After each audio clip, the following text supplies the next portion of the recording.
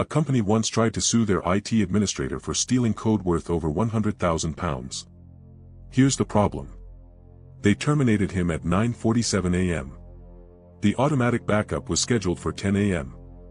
13 minutes. That's all they needed to wait. They didn't. The only copy of 6 months of development work, sitting on his personal hard drive. The one he was legally required to wipe upon termination. By the time their lawyers realized what happened, it was already formatted. Gone. Zeros and ones scattered to the digital wind. That lawsuit collapsed faster than their stock price. Today, we're talking about the people you forget exist. The ones in the basement. The ones behind the screens. The IT department. You call them when your email won't send. You ignore them when they warn you about security. You blame them when things break. But here's what you don't understand. They have the keys to everything. Your emails. Your files. Your calendar. Your entire digital existence. And most of the time, they're professionals. They smile, fix your problem, and move on. But sometimes you push the wrong one. And they stop being nice. 3 stories. 3 companies that learned the hard way.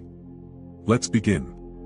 So I've been working IT at this mid-sized logistics company for about 6 years. Nothing glamorous. Around 400 employees, headquarters in Leeds, satellite offices scattered around. You know the type, old enough to have legacy systems that barely function, new enough to have a CEO who thinks he's running a tech startup. That CEO? Let's call him Richard. Because, well, he was one. Richard joined about 8 months before this happened.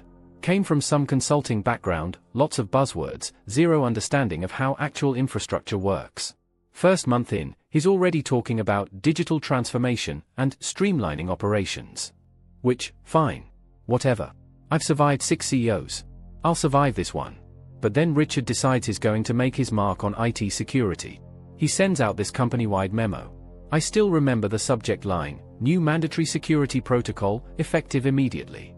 Here's the gist. Passwords must be 16 characters minimum. Must include uppercase, lowercase, numbers, and special characters. Must be changed every 30 days.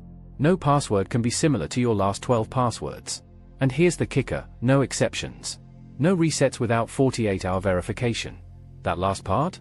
That was Richard's personal addition. He was convinced that social engineering was our biggest threat.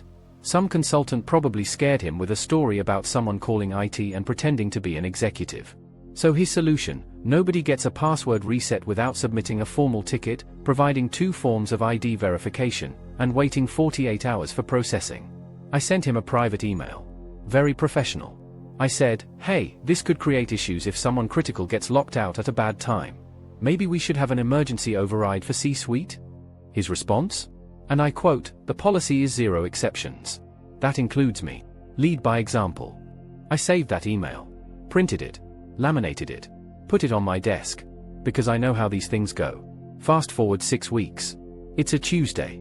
Not just any Tuesday, it's Q3 board meeting day. Investors flying in. The whole executive team's been preparing for weeks.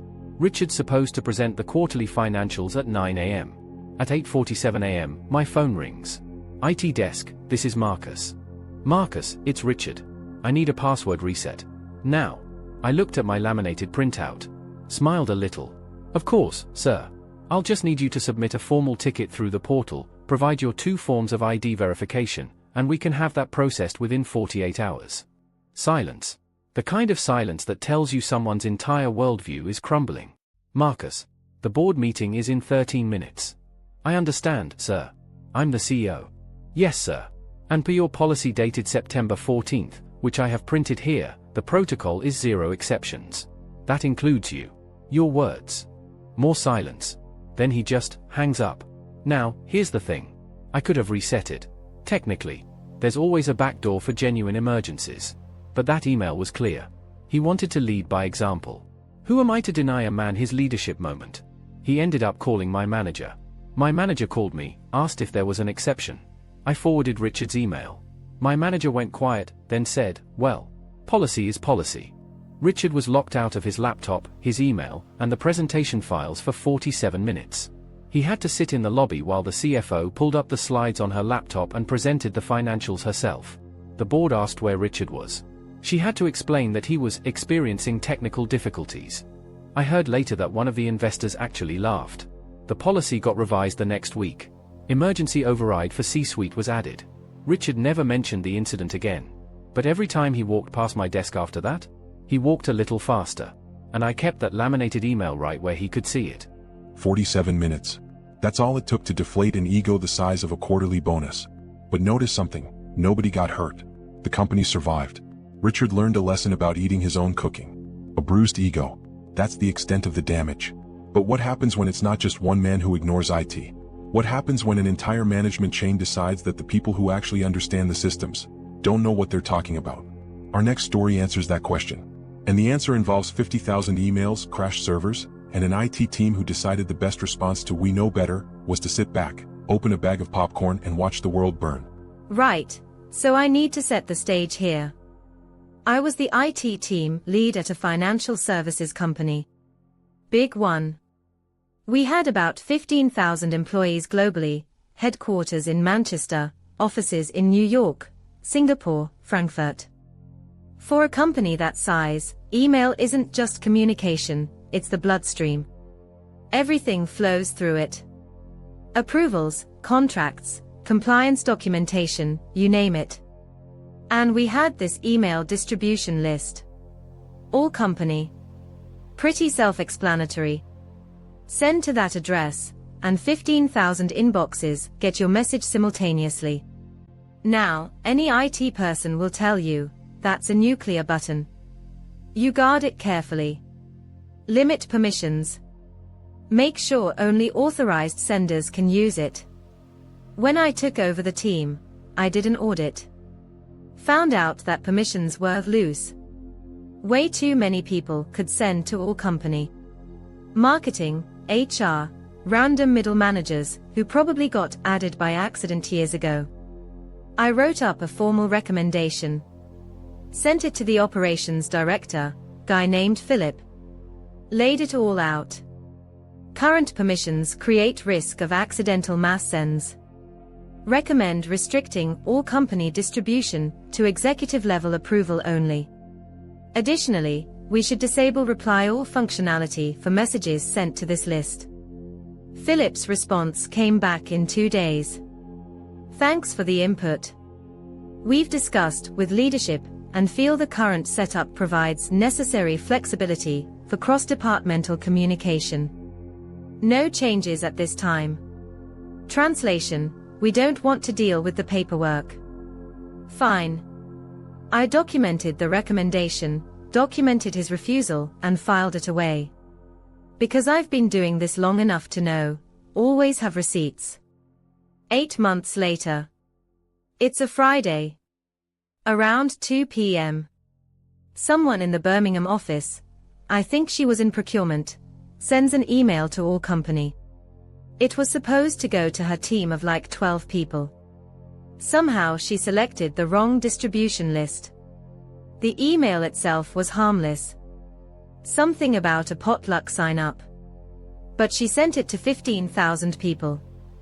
And here's where it gets beautiful. Someone replies, "I think you sent this to the wrong list, LOL." They hit reply all. Someone else replies, "Please remove me from this thread." Reply all. Then someone else, "Stop hitting reply all." Reply all. I watched it happen in real time. Within the first 10 minutes, we had 300 emails. By the 30-minute mark, over 2,000. People were replying to tell people to stop replying, which generated more replies. Someone in the New York office sent a GIF of a dumpster fire. Someone in Singapore sent a meme. Then, and this is my favorite part, someone in Frankfurt sends, "Whoever started this, I hope your coffee is always cold." Reply all. To 15,000 people. By the 2-hour mark, our email server was struggling. Like, actually struggling. The queue was backed up by tens of thousands of messages. Legitimate business emails weren't getting through. The server was basically just processing reply all nonsense. Philip calls me. He's panicking. We need to shut this down. Now. Can you kill the distribution list? I let the silence hang for just a moment. We could. But that would require disabling email for the entire company for approximately 2 hours, while we rebuild the distribution architecture. In the middle of a trading day. With compliance implications. What else can we do? We could restrict reply all permissions. Retroactively. But that's the change I recommended 8 months ago. The one that was declined. More silence. Just do something. Here's what we did, nothing. We monitored the servers. Made sure nothing actually crashed permanently. But we didn't intervene. We didn't send a company-wide, please stop replying message, because that would just generate more replies. We let it burn. Final count by end of business day, 52,847 emails. 52,847. The email server didn't crash, but it was limping. Backlog took the entire weekend to clear. Compliance had to do a manual audit to make sure no client communications were lost. Monday morning, I got an email from Philip. Please proceed with the permission restrictions you recommended previously. No apology. No acknowledgement. Just proceed. I implemented the changes that afternoon. Took about 3 hours. Same 3 hours it would have taken 8 months earlier. But hey. At least we got some good memes out of it. 52,000 emails. A server on life support. An entire trading day compromised. And IT? They did exactly what they were told. Nothing. Because here's the thing about being the person who warns you. Eventually, you stop warning. You document. You file. And you wait. But crashed servers can be rebooted. Lost emails can be recovered. A bruised ego heals. What doesn't heal? A code base that no longer exists. Our final story involves a developer, a termination letter, and a company that tried to sue their way out of their own stupidity. It didn't end well. For them. I was a senior developer at a software consultancy in Bristol. Smallish company, about 80 employees. We built bespoke systems for clients, inventory management, CRM integrations, that sort of thing. I'd been there 4 years. In that time, I'd become what they called a critical path resource, which is corporate speak for this one guy knows how everything works and would be screwed without him. I'm not bragging. I'm just describing reality. When you're the person who built 60% of the core systems, you become the institutional knowledge. I knew where the bodies were buried. I knew why that one module was held together with duct tape and prayers. I knew the workarounds. And importantly, I knew where the code lived. See, the company had a weird infrastructure set up. Some code was on company servers, some was on client servers, and some, the in-development stuff, lived on local developer machines until it was ready for production. I'd raised this as a concern multiple times. We needed a proper centralized repository with automated backups. I wrote proposals. I suggested GIT Lab, GitHub Enterprise, Azure DevOps. Any of them would work. Management's response? We're a small team. We don't need that kind of overhead. Just make sure you back up your work. So I did, to my personal external drive. Because my work laptop was company property, but my external drive, that was mine. I bought it myself. They never provided one. This became important later. About 6 months before the incident, we landed a big client. Major retailer needed a complete inventory overhaul. I was the lead developer. Worked 60-hour weeks for months building this system. It was good work, complex, but elegant. The kind of project you're actually proud of. Then, 3 weeks before we were supposed to deliver the beta to the client, I got called into HR. No warning. No performance concerns. Just, we're restructuring to reduce operational costs. Your position is being eliminated. Today is your last day. They handed me a box for my personal effects, walked me to my desk, gave me 15 minutes to pack up. Now, I'd seen layoffs before. I knew the drill, but the timing was suspicious. 3 weeks before a major delivery, after I'd done all the hard work, I found out later, through former colleagues, that they'd hired a contractor at half my salary to finish the project. They thought the hard part was done and they could coast the delivery without me. What they didn't realize, the finished code on the company server was from 3 months ago. The current build, the one with all the recent development, all the integrations, all the bug fixes, was on my local machine. And when they terminated me, they also terminated my access. Remote wipe on the laptop. Standard security protocol. But here's the thing. The laptop got wiped, but my external drive was already unplugged and in my bag, because I'd been backing up to it daily, per their own instructions. A week after my termination, I got a call from my old manager.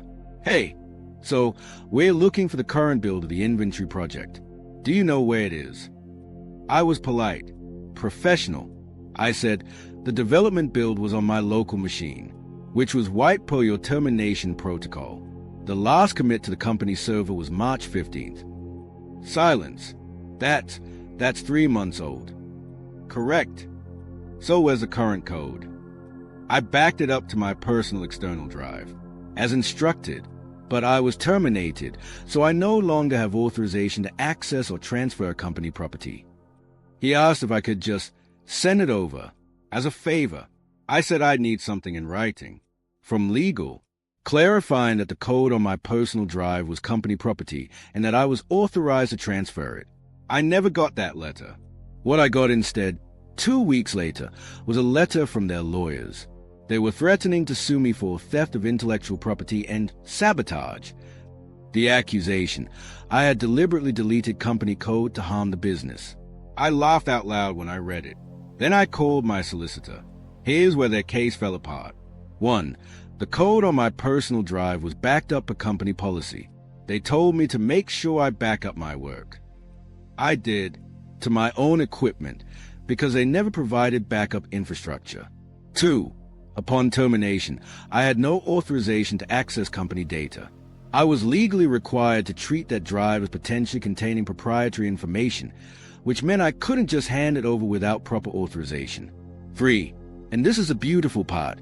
When they terminated me at 9:47 a.m., they triggered the remote wipe immediately, their own IT policy. The automatic backup to the company server was scheduled for 10 a.m.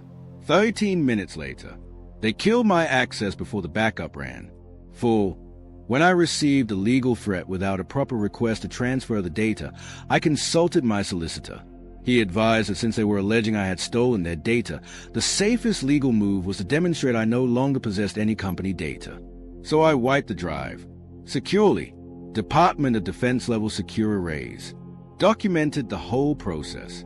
Timestamped. Witness. Their lawsuit lasted about 6 weeks before their lawyers quietly dropped it. Because here's what the discovery process revealed. No centralized backup system, despite my documented recommendations. Termination executed before scheduled backup, their own IT records. No formal data transfer protocol for terminated employees. Threatening legal letter sent instead of proper data request. Their own policies and their own timing destroyed them. The client project, dead. They had to tell a major retailer that 6 months of development work was gone. The client sued them for breach of contract. Last I heard, the total damages were north of £100,000. And me? I had a paper trail a mile long. Recommendations ignored. Policies followed. Everything documented. I got a new job within 2 months. Better salary, actual development infrastructure. The company? They went through restructuring again about a year later. This time, it wasn't voluntary. I don't feel bad. They cut costs. They just didn't realize I was the cost of doing business. 3 stories, 3 companies, 3 very different lessons, but one common thread. The IT department, the developers, the administrators, the people who build the systems, maintain the networks, and keep the digital lights on. You don't see them in board meetings.